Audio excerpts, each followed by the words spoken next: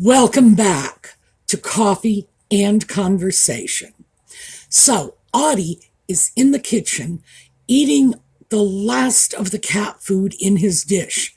There's more cat food in the house, but he's taken to kicking the food out of his dish and then coming in and telling me he has no food.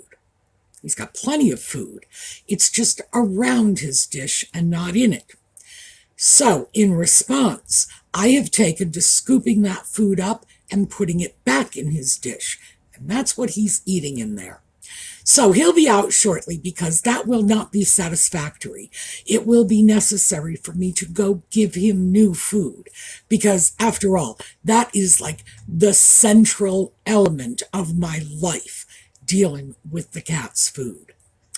So, for all those of you who think he is just the cutest little bugger, oh, he's a tyrant. And he's going to need new food. Yellow, here we go. Yellow, oh, here, taking everything apart. For Catherine, for Lex's mom, for everyone coping with cancer. And we are just wishing you all a very speedy and positive conclusion to this journey.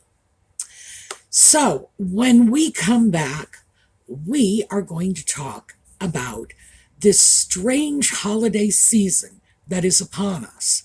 And I will explain that in 22 seconds.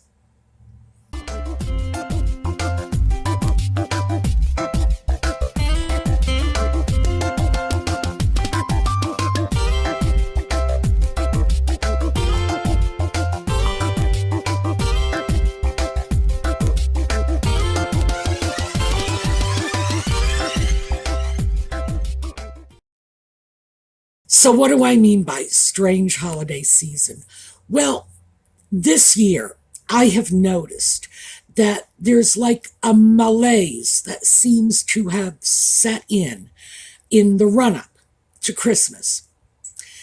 Usually, and I've seen many run-ups to Christmas in my lifetime, usually what happens is people start to get kind of excited and cheerful. Well, this year I've noticed an overabundance of Grinches and Scrooges. It's like nobody's really all that excited about it this year. And I've started to wonder, is it this year in particular? Or as I look back, I think maybe it's sort of been a gradual decline in the excitement level surrounding Christmas. And I started giving that some thought. And as I say, I've talked to people. I am not the only one who just seemed a little detached from the holiday spirit, from the holiday season lately.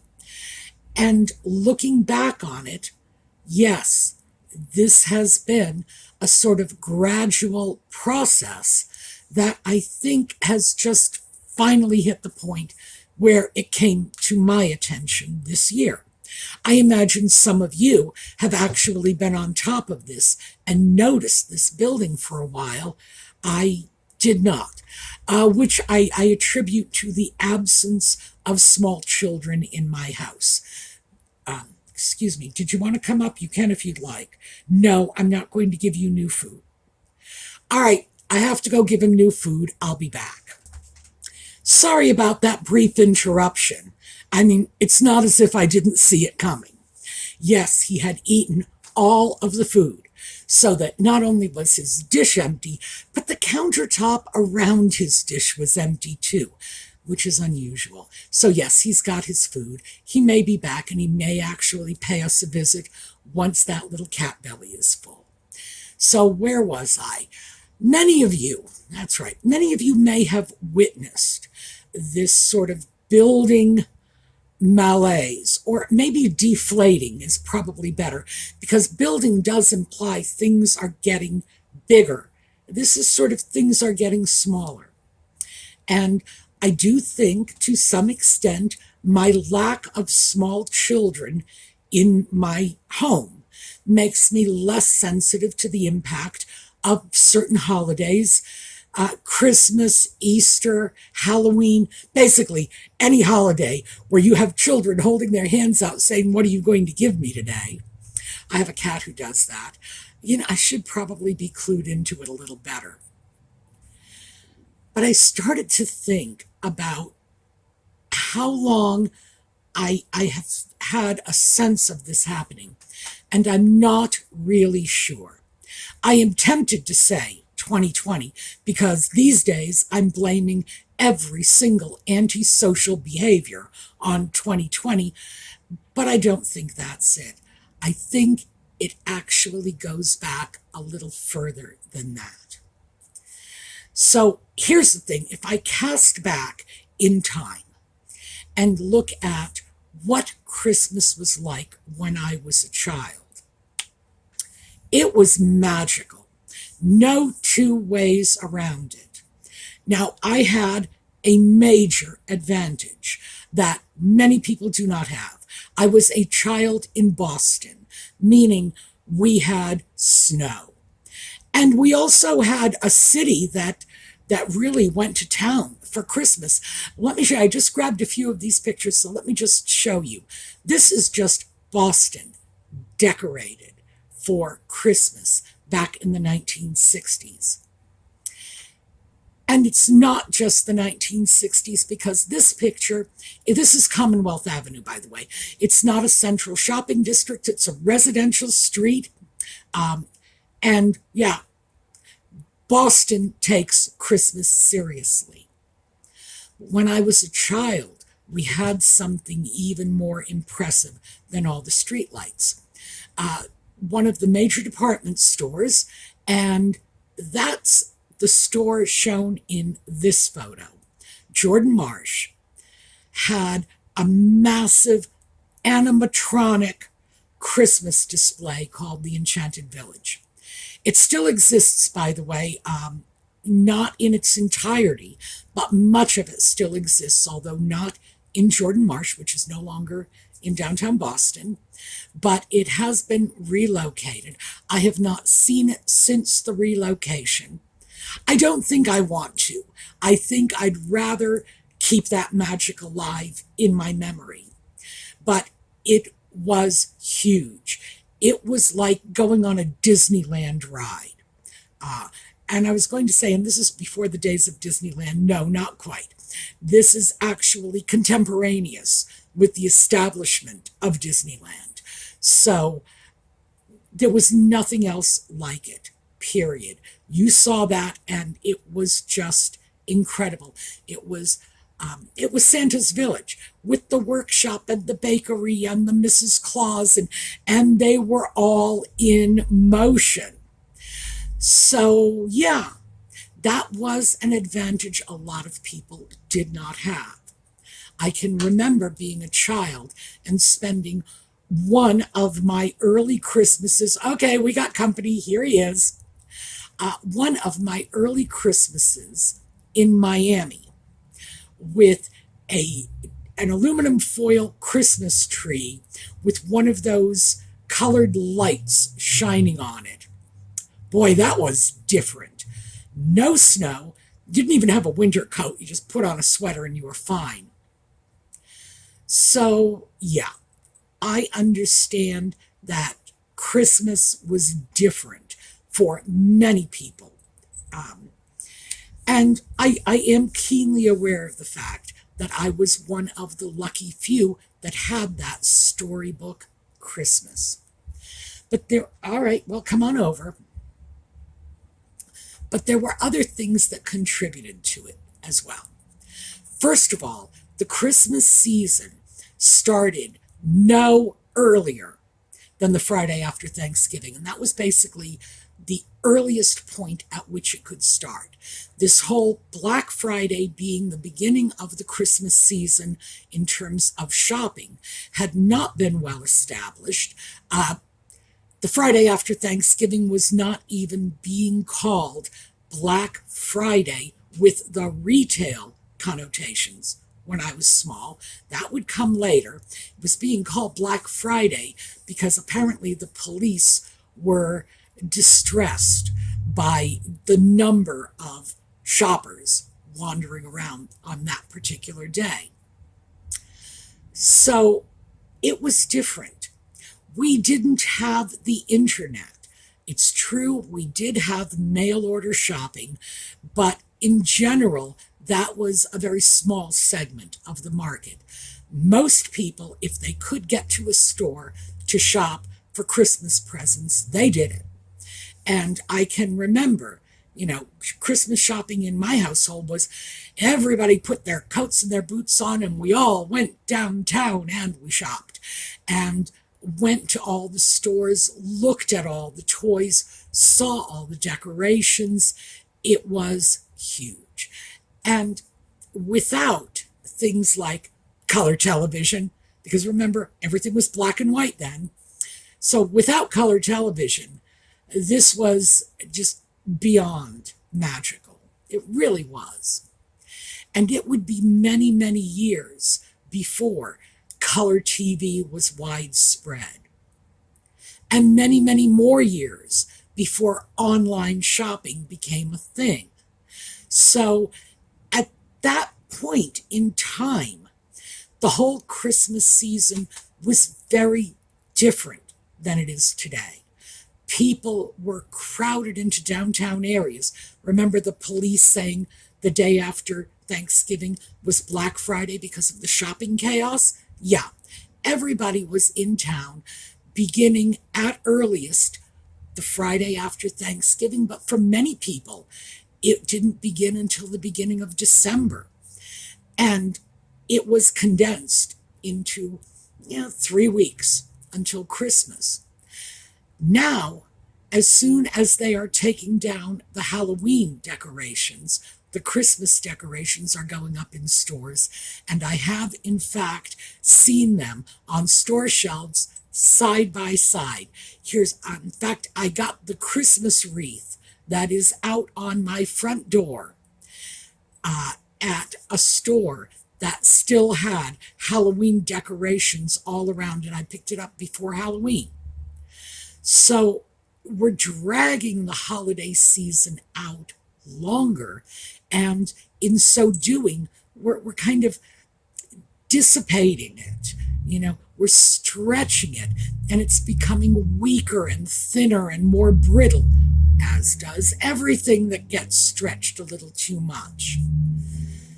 And without that sort of community sense of everybody being on the streets, going from one store to the next, either, as it was in my childhood, downtown shopping centers, or later in my young adulthood at malls, where the stores were literally right next door to each other, and the malls were all dolled up to the nines. It's not a thing anymore. Malls are going out of business left and right.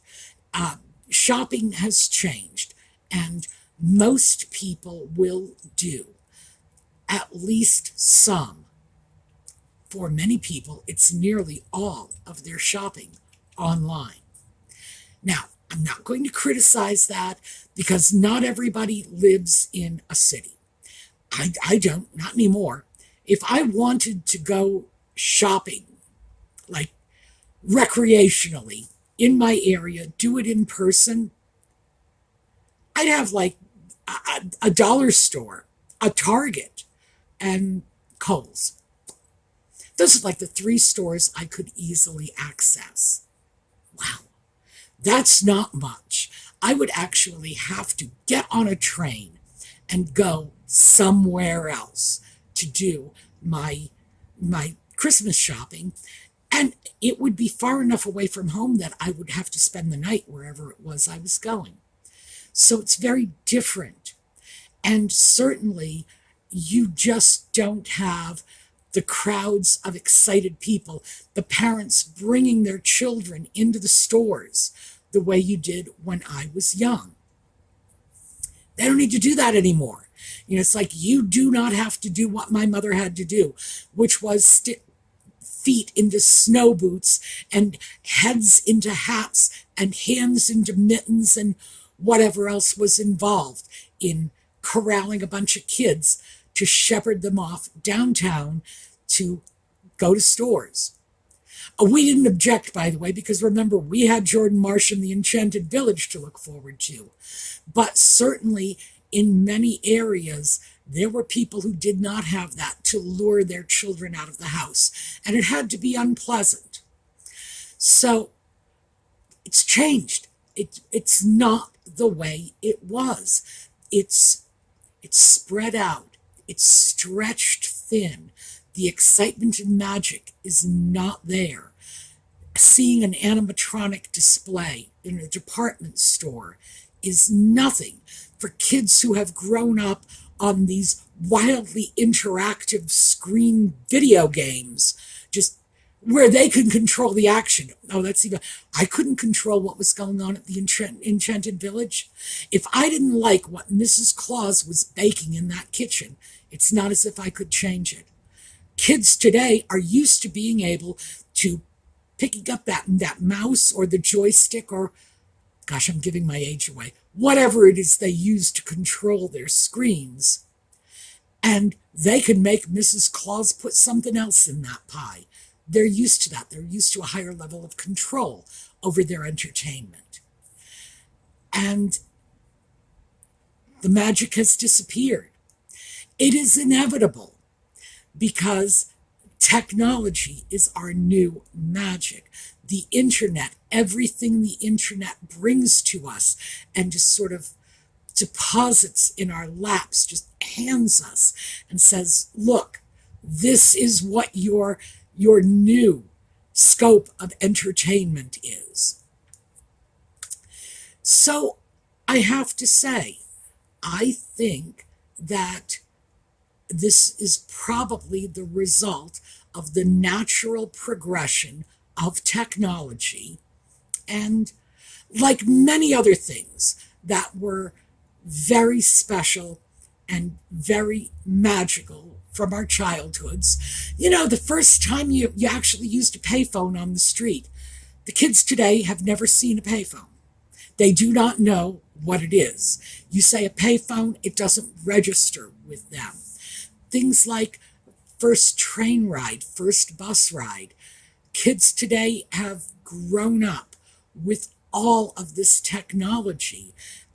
For them, the big kick is going to be like the first ride they take on the space shuttle, for heaven's sake. And I think what is happening is with the changes in technology, the changes in our expectations, the changes in our reactions, along with, it's combined with, the longer holiday season, which is kind of bleeding the life out of it a little. Also, the increase in people staying home and cocooning, that part is largely due to 2020. But cocooning was a thing before 2020. Let's not lose sight of that. I think it's a number of factors that have just sort of fallen on our lives like snowflakes.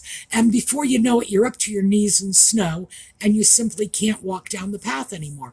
And I think that might be what happened to me. I did not notice all of these smaller contributing factors until this year, when it just got to be a little too much. And I started looking around and I started talking to people saying, well, what's your take on Christmas this year? Are you excited about it? And having people say, no, not really. No. Among the people I know, many of them are simply going to stay in their own homes with their own nuclear family, whatever that is. For some of my elderly neighbors, it's a spouse or perhaps one of their children, because the children who have grown up are also spending the holiday with their nuclear family. So instead of one giant family group, it's become 3 or 4 smaller family groups. And that's one of the things I am seeing among my friends and acquaintances. I'm also seeing people say, I don't want to have to do the cooking. I don't want to have to work for 2 weeks to get my house all spotless and pristine so that everybody can come over and sit around the table, and I'll be cooking for 3 days and I'll be washing dishes for the next 5. I don't want that. So I think it may be in part that our taste for it is changing, and we may be seeing the work and the inconvenience of a large holiday. Cat's here. A large holiday celebration instead of the positive things. So, all right, I'll pick you up, but be good. Here, let me just scoot you over. All right. He's been quite an interruption in this video, hasn't he? Yes, it's all right. I have to forgive him because he's purring. And anybody who has a cat knows that once they start purring, you just can't hold a grudge. So I think, anyway, it may be a lot of things contributing to this. But I also think this is the shape of things to come. I think that, yes, I've got you right here.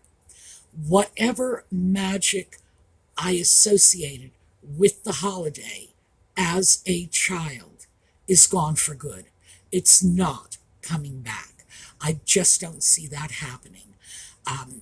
I think it's unfortunate for the remaining retail stores that did a great deal of their business at this time of year, but I also think that the internet is doing a job on retail business too.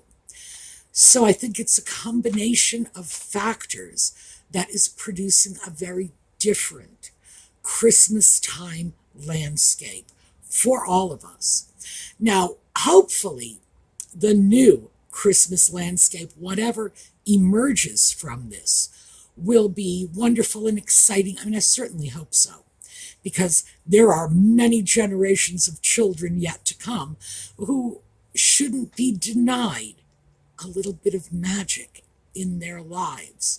And as I say, it's hard to express how magical something like a new toy was for my generation, when in fact, when I was a child, you probably got a half a dozen toys for Christmas. Well, we did in my family. And my family was pretty well known for being indulgent of the children. It was a very large family, which meant there were childless aunts and uncles who doted on us. But yeah, it was about a half a dozen toys. And today, it's like, I don't even know what to say. The kids are flooded with presents and video games and gift cards to buy video games for their video games, and it's just this incredible indulgence. How many are there? 36. Counted them myself. 36? But last year I had 37! Yes, well, some of them are quite a bit bigger than last year. I don't care how big they are! I hope there is some magic for them too, because all the stuff in the world can't really replace that feeling. So, I've deposited the cat, and I thought we'd just break it off here. Let me know in the comments what's going on for you. Are you seeing the same things I am seeing, or are things different in your area? How do you feel about this? I know a lot of people are probably sitting back saying, well, it should be a religious holiday. It should be about, giving and joy and celebration, and not about, worldly things like excitement and how many presents am I getting. I don't know. I don't have the answer for this one. As I say, I feel like I'm just becoming aware of a changing landscape, and I don't yet know what it's changing into.